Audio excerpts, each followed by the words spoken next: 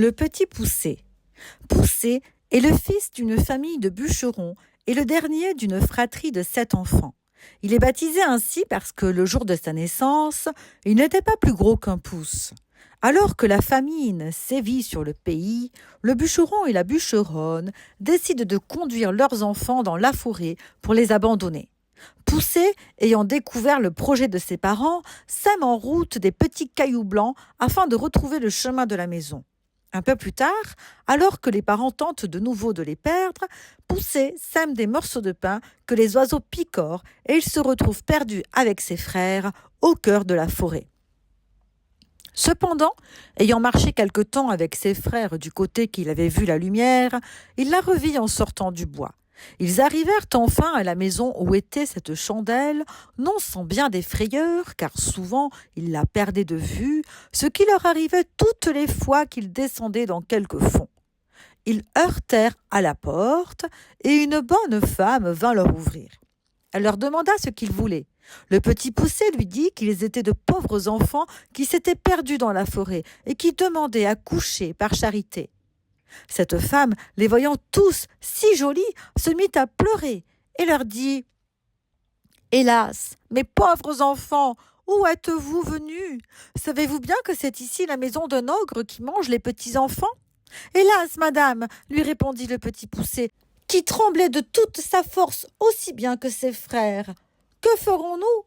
Il est bien sûr que les loups de la forêt ne manqueront pas de nous manger cette nuit si vous ne voulez pas nous retirer chez vous. Et cela étant, nous aimons mieux que ce soit monsieur qui nous mange. Peut-être qu'il aura pitié de nous, si vous voulez bien l'en prier. » La femme de l'ogre, qui crut qu'elle pourrait les cacher à son mari jusqu'au lendemain matin, les laissa entrer et les mena se chauffer auprès d'un bon feu, car il y avait un mouton tout entier à la broche pour le souper de l'ogre. Comme ils commençaient à se chauffer, ils entendirent heurter 3 ou 4 grands coups à la porte. C'était l'ogre qui revenait. Aussitôt sa femme les fit coucher sous le lit et alla ouvrir la porte. L'ogre demanda d'abord si le souper était prêt et si on avait tiré du vin, et aussitôt se mit à table. Le mouton était encore tout sanglant, mais il ne lui en sembla que meilleur. Il fleurait à droite et à gauche, disant qu'il sentait la chair fraîche. « Il faut, lui dit sa femme, que ce soit ce veau que je viens d'habiller. »« Je sens la chair fraîche, te dis-je encore une fois, reprit l'ogre en regardant sa femme de travers, et il y a quelque chose que je n'entends pas. » En disant ces mots, il se leva de table et alla droit au lit. « Ah, dit-il, voilà donc comme tu veux me tromper, maudite femme. Je ne sais à quoi il tient que je ne te mange aussi. Bien t'en prends d'être une vieille bête. Voilà du gibier qui me vient bien à propos pour traiter 3 ogres de mes amis qui doivent me venir voir ces jours ici. » Il les tira de dessous le lit, l'un après l'autre. Ces pauvres enfants se mirent à genoux en lui demandant pardon, mais ils avaient affaire au plus cruel de tous les ogres, qui, bien loin d'avoir de la pitié, les dévorait déjà des yeux, et disait à sa femme que ce serait là de friands morceaux lorsqu'elle aurait fait une bonne sauce. Il alla prendre un grand couteau, et en approchant de ces pauvres enfants, il l'aiguisait sur une longue pierre qu'il tenait à sa main gauche. Il en avait déjà empoigné un, lorsque sa femme lui dit « Que voulez-vous faire à l'heure qu'il est? N'aurez-vous pas assez de temps demain matin ?»« Tais-toi, reprit l'ogre, ils en seront plus mortifiés. »« Mais vous avez encore là tant de viande, reprit sa femme. Voilà, un veau, 2 moutons et la moitié d'un cochon. »« Ah, tu as raison, dit l'ogre, donne-leur bien à souper, afin qu'ils ne maigrissent pas, et va les mener coucher. » La pauvre femme fut ravie de joie. Elle leur porta bien à souper, mais ils ne purent manger tant ils étaient saisis de peur. Pour l'ogre, il se remit à boire, ravi d'avoir de quoi si bien régaler ses amis. Il but une 12aine de coups plus qu'à l'ordinaire, ce qui lui donna un peu dans la tête et l'obligea de s'aller coucher. L'ogre avait 7 filles, qui n'étaient encore que des enfants. Ces petites ogresses avaient toutes le teint fort beau, parce qu'elles mangeaient de la chair fraîche comme leur père. Mais elles avaient de petits yeux gris et tout ronds, le nez crochu et une fort grande bouche avec de longues dents fort aiguës et fort éloignées l'une de l'autre.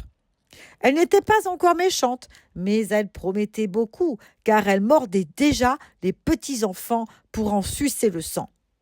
On les avait fait coucher de bonne heure, et elles étaient toutes sept dans un grand lit, ayant chacune une couronne d'or sur la tête. Il y avait dans la même chambre un autre lit de la même grandeur. Ce fut dans ce lit que la femme de l'ogre mit coucher les 7 garçons. Après quoi, elle s'alla coucher auprès de son mari. Le petit Poucet, qui avait remarqué que les filles de l'ogre avaient des couronnes d'or sur la tête et qui craignait qu'il ne prît à l'ogre quelque remords de ne pas les avoir égorgées dès le soir même, se leva vers le milieu de la nuit et prenant les bonnets de ses frères et le sien, il alla tout doucement les mettre sur la tête des 7 filles de l'ogre, après leur avoir ôté leur couronne d'or qu'il mit sur la tête de ses frères et sur la sienne, afin que l'ogre les prît pour ses filles et ses filles pour les garçons qu'il voulait égorger. La chose réussit comme il l'avait pensé, car l'ogre, s'étant éveillé sur le minuit, eut regret d'avoir différé au lendemain ce qu'il pouvait exécuter la veille. Il se jeta donc brusquement hors du lit et prenant son grand couteau.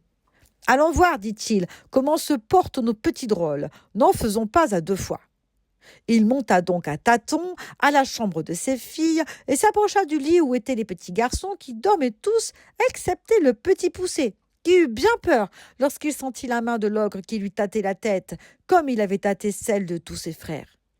L'ogre, qui sentit les couronnes d'or, « Vraiment, dit-il, j'allais faire là un bel ouvrage. Je vois bien que je bus trop hier au soir. » Il alla ensuite au lit de ses filles, où, ayant senti les petits bonnets des garçons, « Ah, les voilà, dit-il, nos gaillards, travaillons hardiment. » En disant ces mots, il coupa sans balancer la gorge à ses 7 filles.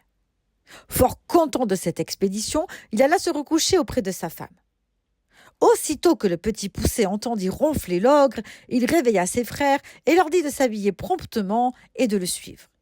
Ils descendirent doucement dans le jardin et sautèrent par-dessus les murailles.